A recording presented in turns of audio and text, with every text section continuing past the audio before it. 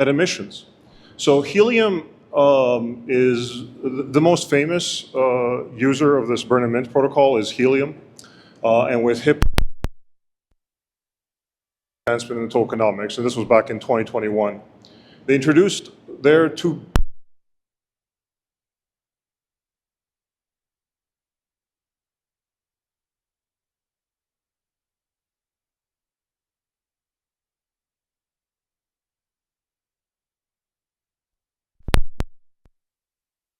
not so good.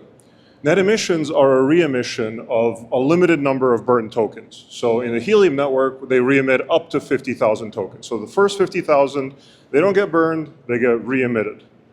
And the idea here is to, well, stabilize the network eventually, because if you just keep deflating, you'll never have any rewards for the miners. So some of these tokens skip the whole burn and mint thing, and they go from consumers straight to miners. There are some problems with that. The intention is, like I said, prevent hyperdeflation, right? No more rewards to miners, and to stabilize token economy. But the concerns are, one, it's arbitrary. Where did you pick this 50,000 number from? That was my first concern. And then the second concern was, which I found through the math, is that it's overinflationary. And the way that you can think about this through a thought experiment is by saying, well, why don't we just choose you to net emit all those tokens, what's the difference between 50,000 and 500 million? Well, what are the miners going to do in that case? The game theoretic solution there is for all the miners to burn all their tokens, because they're going to get them all back. The 50,000 thing, all it does is just delay the inevitable. And so you don't have to do the math. I did the math and came up with some canonical equations for net emissions, and they're up there. That's a numerically robust way of writing them out. But a good one to sort of analyze is this one instead, where you can clearly see a Bellman equation where the value captured by miners is this part, preceded by a negative sign, and the value captured by holders is this part that's preceded by a positive sign. So what doesn't go to miners goes to holders.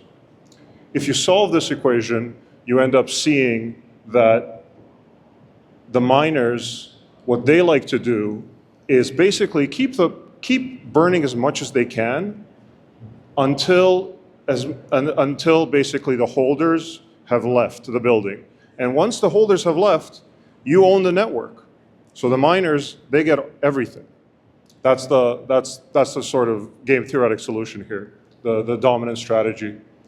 And you can basically come up with two sufficiency conditions. One is that if you have revenue growth that outpaces the discount factor, so basically you're beating the broader economy, then you're okay. You're never going to get to this this hyperinflation. But if you're not, well, then you're not okay, and your economy will collapse. That's not good tokenomics, but it can be resolved. It can be resolved.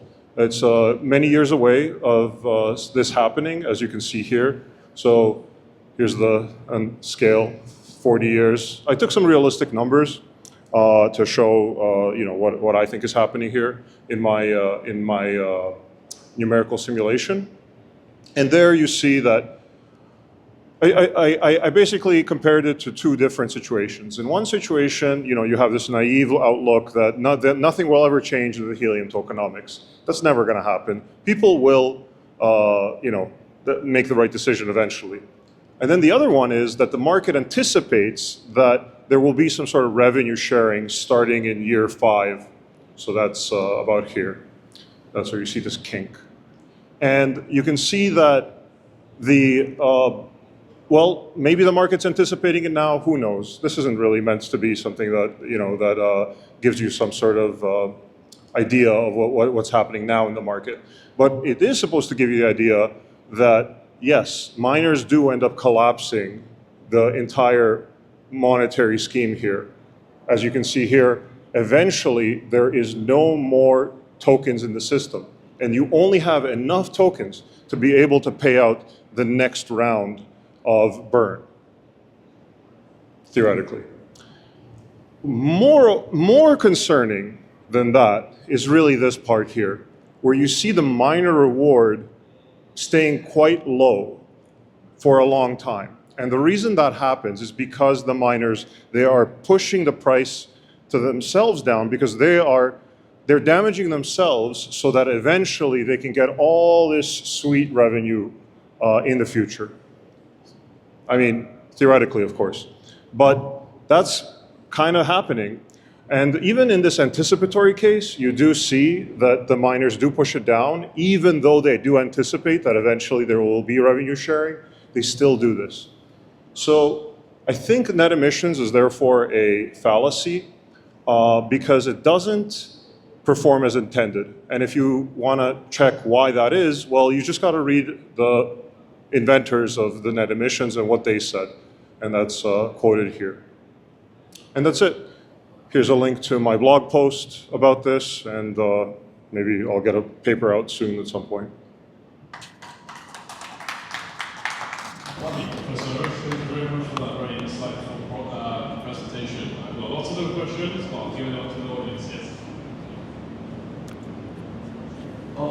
Given that your equations, you have, I feel like you might have like enough information to make maybe the next switch in the next slide, please.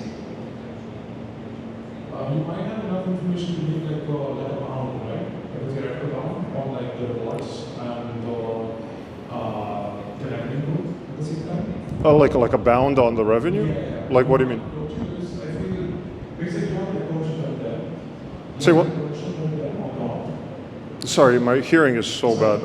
I just. You kind of like have a recursion up there. A Gaussian? Recursion, yeah. Yeah, you can have a recursion up there.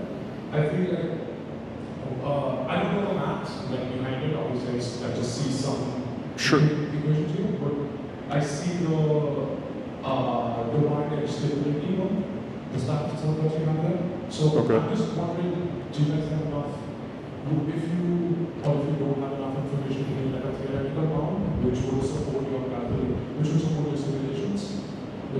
Well, I mean, these equations didn't come out of nowhere. They were derived based on individual behavior, right? So, and then eventually you get this nice little Bellman equation. I see. I just wondering if you have like enough information to make like bounds on the rewards and the growth, right? Which will support your simulations as well at the same time. Well, I mean, this is aggregate behavior, right? So like it's not like individual. I mean, the equations were derived through individual individual incentives, but the final big one that you end up getting that's just an aggregate.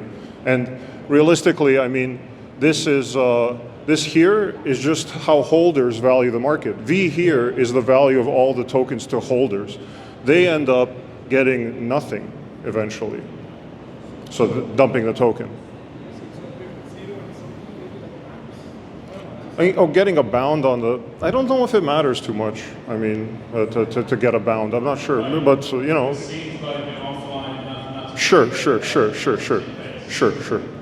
to push ahead? Yeah, let's go. Thank you very much again, Dr. Uroš. I'd like to invite Professor Yanis